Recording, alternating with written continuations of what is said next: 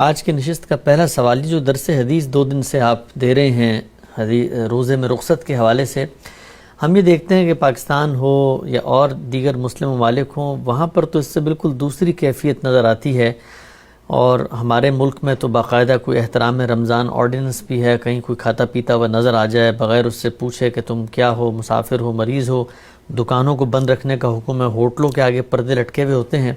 تو یہ رسالت مآب صلی اللہ علیہ وسلم کا جو اسوہ ہے اس میں تو سب کا سب معاملہ فرد پہ چھوڑ دیا گیا ہے۔ آپ کو لگتا ہے کہ یہ دو مختلف رویے ہیں جو سامنے آتے ہیں؟ میرا خیال ہے کہ جب مسلمانوں کی بڑی حکومتیں قائم ہوئی ہیں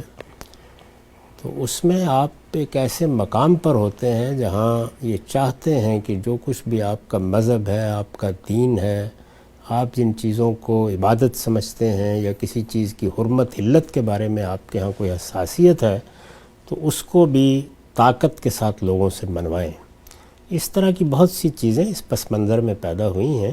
ان کی کوئی بنیاد اللہ تعالیٰ کی کتاب میں یا رسالت مآب صلی اللہ علیہ وسلم کے اسوہ میں موجود نہیں ہے۔ خلفائے راشدین کے زمانے میں بھی میرے علم کی حد تک کبھی اس طرح کا معاملہ نہیں کیا گیا۔ یعنی لوگوں کو توجہ دلائی جائے گی، ان کو بتایا جائے گا کہ روزہ کتنی بڑی عبادت ہے، لیکن اس میں بہت سے لوگوں کے لیے رخصت رکھی گئی ہے۔ کوئی بیمار ہو سکتا ہے، کوئی مسافر ہو سکتا ہے، اور اسی طریقے سے ایک چھوٹی سی بستی میں یا کہیں آپ اگر رخت سفر باندھ کے نکلے ہوئے ہیں اور وہاں پہنچے ہیں تو آپ ایسی صورتحال سے دوچار ہو سکتے ہیں کہ جہاں آپ کو کچھ کھائے پیے بغیر شاید کچھ وقت گزارنا ہی مشکل ہو جائے۔ تو اس وجہ سے کوئی وجہ نہیں کہ اس کے لیے اس طرح کے آرڈیننس بنائے جائیں یا اس طرح کے احکام دیے جائیں۔ لوگوں کے اندر ایک عام احترام کی فضا پیدا کرنی چاہیے، اور میرا احساس یہ ہے کہ جب آپ اس طرح کی چیزیں قانون کی طاقت سے کرتے ہیں تو اس سے دین کے احکام، دین کی عبادات کے بارے میں ایک گریز اور فرار کا رویہ پیدا ہوتا ہے۔ جب یہ چیز تہذیب بنتی ہے، یہ ثقافت کا حصہ بنتی ہے، باہمی احترام کی ایک فضا لوگوں کے اندر خود پیدا ہوتی ہے تو جس حد تک ممکن ہوتا ہے لوگ اس کا لحاظ کرتے ہیں۔ یہی میرے نزدیک بہت کافی ہے۔ ٹھیک، اگر ہم سب ایک استدلال یہ پیش کیا جاتا ہے کہ مثلا آپ مسلمانوں کی اکثریت والے ملک میں رہتے ہیں، سب کا روزہ ہے، 2-4 لوگ کھڑے ہوئے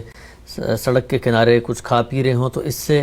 لوگوں کے اس دل آزاری ہوتی ہے، ان کے احساسات جذبات کے منافی ہے اس کا یہ رویہ، تو اس لیے جو ہے اس کو روکا جاتا ہے کہ بھی کھانا پینا ہے تو گھر میں جاؤ چھپ کے کھاؤ یا پردے لٹکا لو، لوگوں کے سامنے نہیں کھا اس میں دل آزاری کا کیا سوال ہے؟ یعنی ایک عبادت ہے۔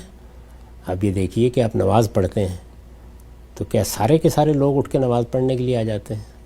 تو وہاں آپ یہ کیوں نہیں خیال کرتے کہ میں نماز پڑھ رہا ہوں، یہ دیکھیے یہ صاحب بیٹھے ہوئے ہیں اور اطمینان سے گپ شپ کر رہے ہیں، میری دل آزاری ہو رہی ہے۔